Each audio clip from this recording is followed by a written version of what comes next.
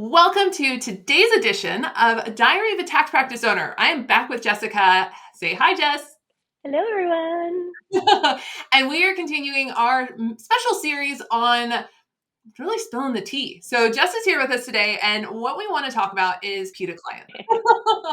Pain in the ass clients. So you got a couple of them, and what we want to talk about today is the mindset behind firing them, why you may need to fire them, and Jessica has some great stories about clients that she has had to pink slip to, if you will. So Jess, before we jump in, I see you have a new t-shirt on today. So why don't you tell us what you have on today? It says I love tax evasion. It's a little play on like the I love New York, but it says I love Yep. tax evasion. These are fun. I don't know why these are so fun. People give me funny looks. It's a good conversation piece, right? Like, I don't really love tax evasion, right? But people are always like, well, that's an interesting shirt. And you're also the girl that drives around in a car that has Tax Savvy Jessica on it, right? As a Yes. license plate? Yes. Yes. Well, this just carries on. I can only imagine what your closet looks like with all these t-shirts hung up in all the fun tax punny events. It's always fun because I'm like, what reaction am I going to spark today, right? Like, because it's eye-catching. It's good Yeah. conversation piece. When you're walking down the grocery store aisle and there's for lack of a better word, a smarmy gentleman who's like, yeah, I like tax evasion too, right? You're like, oh, okay. do we need to talk? Can bring in all types that way. Mm-hmm. Well, Jess, let's dive in. You and I were chatting before we kicked this off. And one of the things that I was sharing with you is that we have a lot of people that post into our community that in our free community, our paid group, like there's a lot of mindset stuff around firing PITA clients. And I, from the outsider's view, not owning a tax practice myself, like I feel like I bring a different lens to the system, but I'm a business owner, right? Like I have some PITA clients that I've had to deal with in the past or situations that I've had to deal with where it was literally me having to stand up for my values, my business, my way of thinking, the life I want to have. And when I see people comment about their fear of letting go of PITA clients, I'm so often taken aback because how you let one person treat you is how you're going to let everyone treat you. And the saying goes where the one bad apple can ruin the whole basket. I would love to hear from your experience, like where you like, how did you like work through that to the firing of the client? I also want to hear like the dirty details. Don't forget those. But like, how did you find yourself at the point where you needed to make that hard decision? And then how did you work through it? So spill the details to us. Yeah. So a lot of what I was experiencing myself, it was a lack of what I have referred to as just a mutual respect for the relationship, right? The kind of engagement that a tax prep or a tax resolution, these are difficult processes in general. And they're deadline sensitive. You miss a deadline and the taxpayer gets harmed, right? There's penalties, there's interest, there's other ramifications if a deadline isn't met. And so I've tried over the years to improve that line of communication and letting people know, like, this is a mutually beneficial relationship. We have to both participate. We have to both be mindful about these deadlines, because if you miss our deadlines, we can't meet yours, and then you're the one holding the bag. And in the past, I had a hard time enforcing that. I always felt like, oh, well, if whenever the client gave me the paperwork, no matter how close that was to the deadline, it was my job to meet the deadline. And it was more so that it was my responsibility to make sure the deadline was met versus the asking like the client to participate. And that is a very significant mindset shift, because I learned that habit from so many other tax practitioners who operate that exact same way. We see this in like a lot of different groups that we're in, where people are like, oh my gosh, it's 11:59 on the deadline day and I'm submitting tax returns waiting for the acceptance. That's crazy to me. That's crazy to me that you take on the stress and responsibility of your client saying, oh, well, I gave my paperwork before the deadline. And really, it's like just this like small little piece of this small little window of time to get things done. So that has always been a big problem for me. And my husband at one point said, you cannot be up at midnight slinging tax returns for people. He's like, this is unhealthy. You're staying up really late and then having to get up really early because people have this expectation that you're just like waiting for them to give you stuff. He's like, that just doesn't make any sense to me.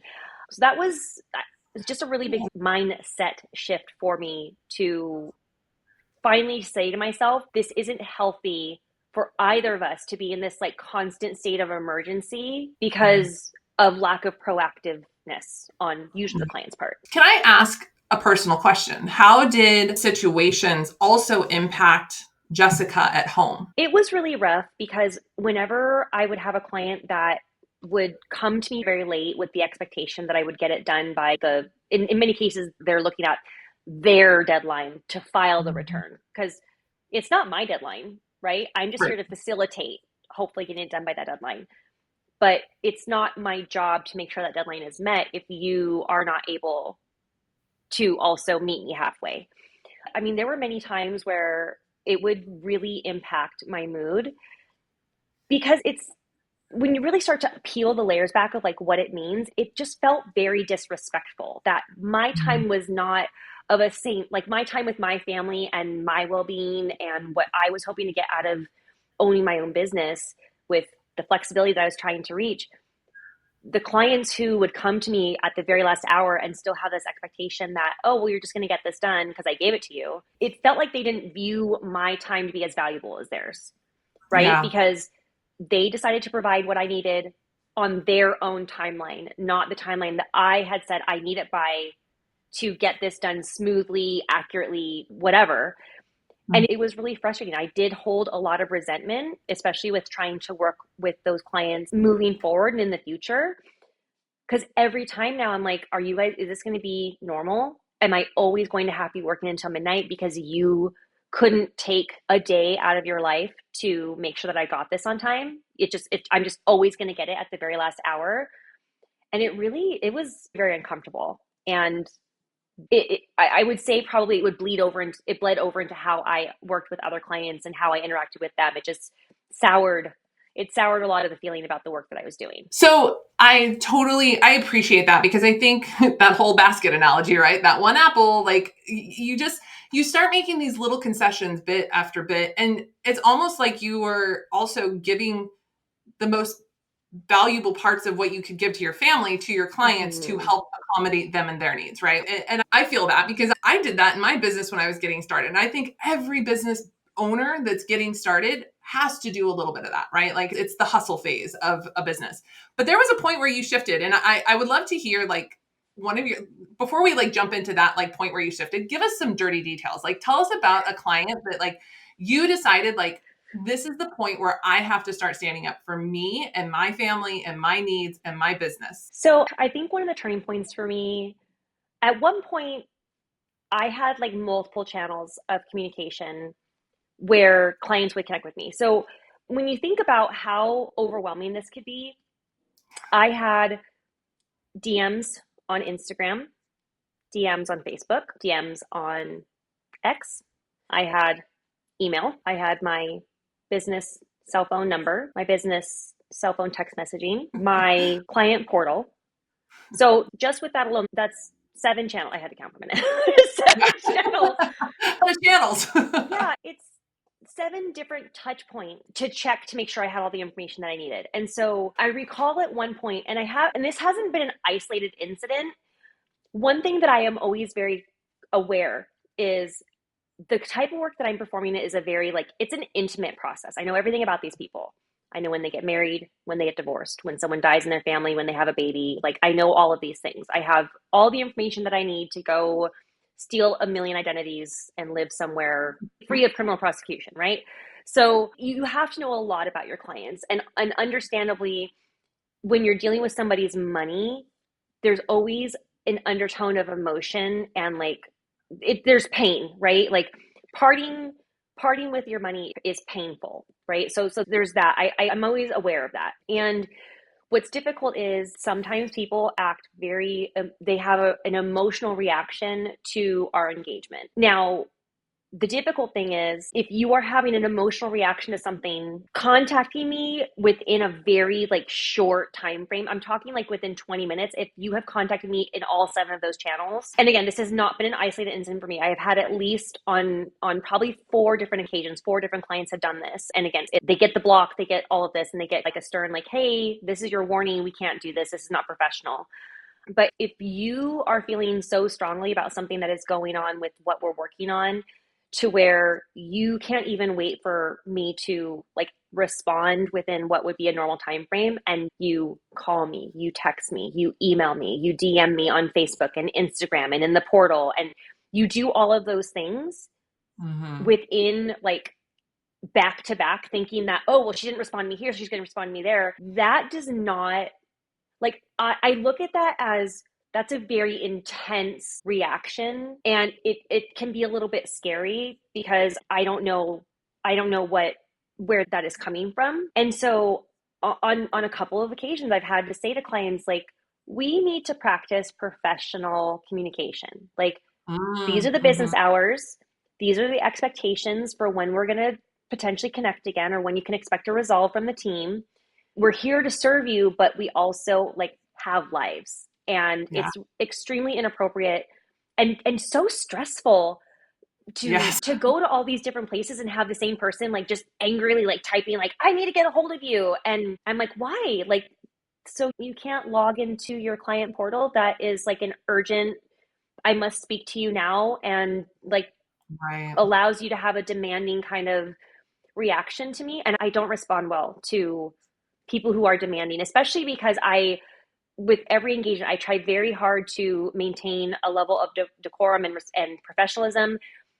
But when you come at me, man, like, it's like high school. I'm like, I'm gonna come back at you, right? Like, it's just, it's a lot. And so I've put in a lot of different boundaries for that. I've expressed this many times. I block a lot of people on a lot of different things. Like, all of my clients, one of the things that we do is we add them to the phone contact list, but then I block them because I need their number in case I need to get a hold of them, but they cannot just freely contact me in ways that are going to be disruptive, because I can't just turn off the text messaging. I can't just turn off the phone call. I mean, I can put on do not disturb, right? But I shouldn't have to have so many methods of like blocking people from reaching out to me. Like, I need you to understand, hey, like after 5 p.m., I'm with my family. Before 9 a.m., I'm with my family. And within the normal boundaries of what like a business is going to work together with, like, that's when you can contact me. And some people respond very, very emotionally to that boundary and fly off the handles. And if that's the reaction I'm going to get to my saying, hey, this is just not appropriate, I would like to find a better way for us to work through this concern that you have, then I know I have to like let go of that client. I have to let them go. And I have had some clients who have acknowledged, you're absolutely right, I overreacted. That's salvageable. That I think is a good way to repair what could otherwise be like an uncomfortable situation. But yeah, it's just sometimes people act overly emotionally, and they just want any kind of acknowledgement, and they don't care what channel it is. And yeah, I've gotten like 7 or 8 messages in all different channels from people before, and it's shocking to me. It's so shocking. Well, I was listening to a book. So if you guys haven't listened to Mel Robbins' Them, it is a fantastic new book. So it's like total mind bender about how we, this exact situation, right? Like, let them. And one of the chapters, she talks about how she had this realization from somebody that shared this with her, but that all of us are like, when people react like that, it's literally their 6-year-old, 8-year-old self throwing a temper tantrum. Relate that through there and be like, I understand that this is frustrating. I understand that you find this urgent. However, just to your point, right? Like, this is not a professional relationship that we're having right now.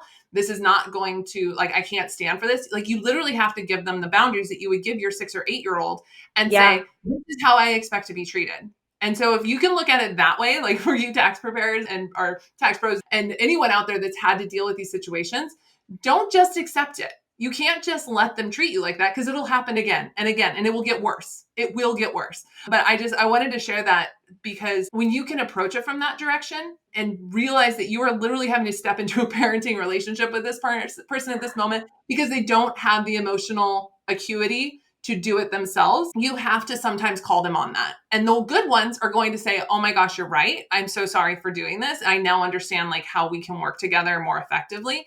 And I'm going to ask my questions sooner. Yeah. I'm going to get you my documents sooner. I'm going to, if I'm frustrated and I can't do something, I'm going to say, hey, this is happening, but I'm going to give you the time to respond in an appropriate manner. Those are the things that come out of a good relationship. But the ones, what I hear you saying is the bad ones don't get better. So I would love to hear if you can share with us a couple of ways in which you have exited someone.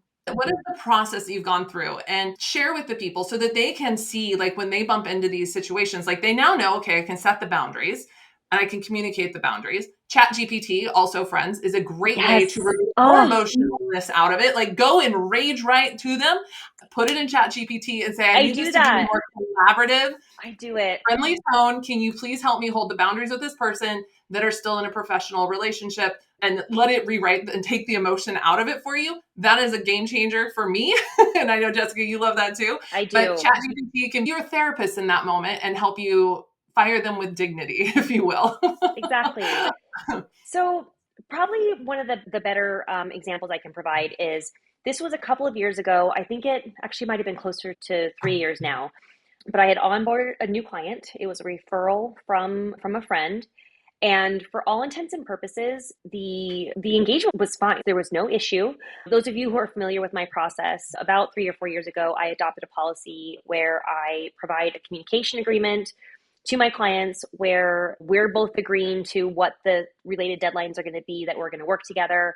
I typically give a deadline that I want them to deliver their documents to me in order to attempt to get a return done timely. We also reiterate like what an extension means and doesn't mean, and what each other's responsibilities are. And this is separate from my engagement letter, because while I feel that this is something that could be included in an engagement letter, I wanted a simple like one pager that, oh, hopefully they'll read this, right? And so that policy has helped me pretty tremendously. And so in this situation, that was, I think, the first year that I had adopted that. And this client had no issues with, they signed the engage letter, they signed the communication agreement, they started to provide some stuff here and there, but they did not provide everything by my cutoff date. And one of the things that was very upsetting for them, and mind you, I worked on their file when they gave me some information. I worked on it super, like, this was before I even had the boundary of like, I'm not going to work this many crazy hours. So it was definitely a long time ago. I remember sending them a video overview of like what I needed from them, like at 2:30 in the morning. Like I remember very distinctly, like my mom was watching the kids for me overnight. My husband's out of town for work. I was struggling because we were getting close to the deadline, and I had a lot of clients that had just given me some paperwork. So my mind was in like, I got to get through these. And so I remember sending them a video, like it was super early in the morning, and their response, and I told them because of the information that I had and how close we were to the deadline and how there was information missing that was going to materially impact what they would and would not owe. And they hadn't responded to me, that I told them that I'm filing an extension for them, and that when they can get this over to me, we can talk about that. They blew up. Like when I say like it was a very significant reaction, I remember reading the message and I was like, what in God's green earth are you going off on? Like it was so bizarre. So she was very upset because she said, I do not want an extension. You must file my return on time. Homegirl, you signed your communication agreement that said, I need your documents by this date or I will file an extension for you. Like it Yeah. says, signing this, you consent to an extension being filed. And this is where I think people get like a little worked up over is I'm really good at contracts. I love contracts. If there's one thing I did in law school, well, was write freaking contracts. Okay. Yeah. So I knew that communication agreement it's legally binding, but it had to include some of the other verbiage that I knew would come up in a conflict. And so when you're talking about filing an extension, because some people have very strong opinions about extensions, my communication agreement says, by signing this form, you are consenting to my firm filing an extension for you. And she was very upset, but I couldn't file the return anyway because there was a lot of missing information. So we were at an impasse, right? Like, it was not just like, oh, well, I'm going to file it because you said so. The return had to be done accurately and appropriately. And it was a pretty material dollar amount that we were talking about, that we were trying to figure out. So she responded very emotionally. And honestly, I took the day, I went through all the correspondence, I took all the date and time stamps, I took that agreement, I took everything, and I said, I understand you're frustrated. Here's what you agreed to. Here are the dates that these items were provided to me 2 weeks after my cutoff. Like, you were aware and you agreed to all these things. So I think it's probably a good idea that you go to someone else. And because I've already done all the work, you are not entitled to a refund. She left without, and I say without issue because I didn't get like an angry letter from her that I didn't do my job or whatever. But I mean, again, I responded to her with all of what I would have responded to if I were in like a legal conflict with somebody, sticking to the facts, sticking to the time period, the things that each of us agreed to do, the responsibilities of each of the parties. I'm like, you breached the contract. Right. Like, you breached the contract. So right. I don't have an obligation to fulfill the contract if you've breached it. And it was just very matter of fact. And that one was really hard only because it was a referral from a really close friend. And my friend felt so terrible. She was like, I'm so sorry. I never expected that from them. But yeah, it was just a really strong reaction to, again, her lack of planning. She did not plan appropriately. So I got the information very late, 2 weeks after my cutoff, trying to get the return done like as quickly as possible. But she also wasn't responding to me. And her reaction was extremely over the top and very demanding. And I was like, yeah, we're not going to do this. This is, it didn't feel safe for me at that point to continue, because she was not going to respond in a rational manner to what I was trying to accomplish. And I don't have tons of those experiences anymore because I do a better job at vetting my clients, and I do have stronger, better communicated boundaries, right? Like I think that a lot of things that we struggle with any relationship, whether that be with our clients, with our kids, with our spouses, it comes down to communication. And I've been learning new ways to improve that, to minimize like the crazy from coming out. It still happens, but it's a lot fewer and far between. I love that. I want to wrap up our conversation here about how technology and TaxDome specifically has allowed you to do this. Like I look back at Jessica that I met in 2021. You are a very different person. You've done a lot of work yourself on running a business, on improving your systems. But I'm curious how you think having a tool like TaxDome that allowed for that improved communication, that allowed you to create the infrastructure to make sure that those PITA clients aren't coming in, number one, but also if they do come in, do exactly what you did. It's the metadata, it's the audit trails, it's signatures, it's the ability to communicate clearly to your clients through technology that has really allowed you to step into this new role of Jessica, the firm owner that is peaceful with the clients that she serves, right? So I'm curious, like your thoughts, your kind of reflection on that. So I definitely think that if there's two things that you can do to like get you into a spot where you're comfortable enforcing boundaries, it's systems and it's mentorship. Because if you've never run a business before, or you've never been on like the customer service end, it's so easy to react in a manner that is going to bypass what would be deemed professional. So having a strong mentor to tell me that this kind of behavior would not be acceptable and here's how you deal with it was hugely important.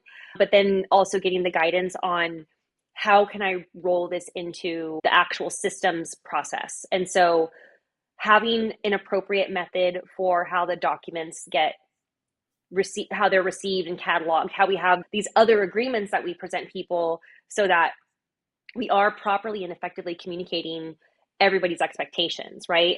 You can't just be like, oh, I thought it was an unspoken rule that you knew your documents were due on this date. No. You have to tell them, like, many times.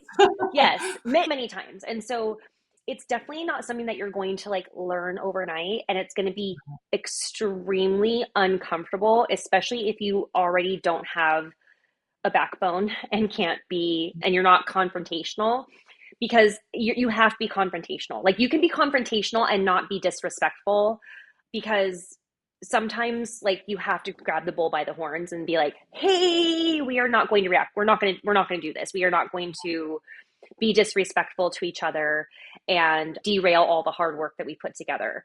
But also, again, protecting your peace and being able to say, this is not a behavior that I find to be acceptable, and therefore I am choosing not to work with you anymore. Hey, we are just not a good fit. We don't vibe Yeah. well.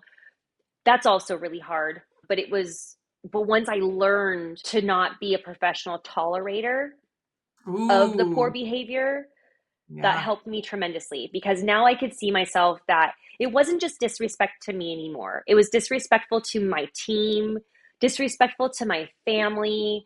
Like everyone was impacted by the negative Nancy's coming in and wanting to, again, take control of where they thought things were supposed to go. So I think those Mm, are super important. TaxDome has been really helpful for me. I mean, I think their audit trail is really good in similar conflicts with. There's no perfect tax firm. If you work with a number of people, you're going to get people who are going to have problems. And if I've worked in this system long enough to know how to leverage it for me, to know that identifying when somebody signed something and then comparing that to when somebody delivered something to me, and being able to say, hey, you signed this on this date and agreed to it, and it said I needed this by that date, but you delivered it yeah. 2 weeks later, so you're out of what you agreed to do. That's a very powerful like tool to have in your back pocket, is that you can take the emotion out of it and you can fight it with facts, and Mm-hmm. allow people to understand, like, hey, this is just the reality of the situation. Yeah. You agreed to this. Unfortunately, you didn't meet it. You were told if you didn't meet it, this would be said consequence. So now we're dealing with the consequence of what you didn't complete. I love that. Yes, so good. So good. Thank you. I hope if you're listening to this, you are finding the empowerment to create boundaries in your business. I want to just add to the little anecdote that when we have these types of situations and we start filtering out those clients that are not a fit, that are really bumping up against our values, taking our peace or our family, impacting our team negatively, you start identifying who is an ideal fit. Don't just let these people go, but really look at who they were, how they got in, if there were warning signs at the beginning, so that you can start using those things as filters for bringing new clients in to replace them. There are so many people out there. So being afraid of letting go of a PITA client because there's no one else to replace them, you are signing yourself up for a world of hurt for a long period of time. There are so many people out there needing services today. So if you're somebody who's like feeling that like scarcity of like, if I let them go, there won't be anyone else, I promise you, there's 10 more ideal clients out there for you. You have to make the decision that I am of worth to have clients that treat me with respect, that see this as a professional relationship. And this is what a professional relationship means to me. If you can't define what a professional relationship means to you, you need to do some work there. Jessica and I are always glad to be your mentors in that. We Yes. have helped a lot of people transition the way they think from there's not enough to, oh my gosh, I am worthy. There's so much goodness. And here's how I can bring in high paying, high value clients. We would love to be your mentors in that. But Jess, I want to say thank you for sharing this today. We hope that you will join us again for another episode of Diary of a Tax Practice Owner, where we get to share with you the stories of people, the journeys of tax practice owners, and how they got from not having a system to not having an idea, not having the self-worth, to really valuing themselves and really creating a practice they love. That's what we love sharing with you. So we'll see you again soon. Bye.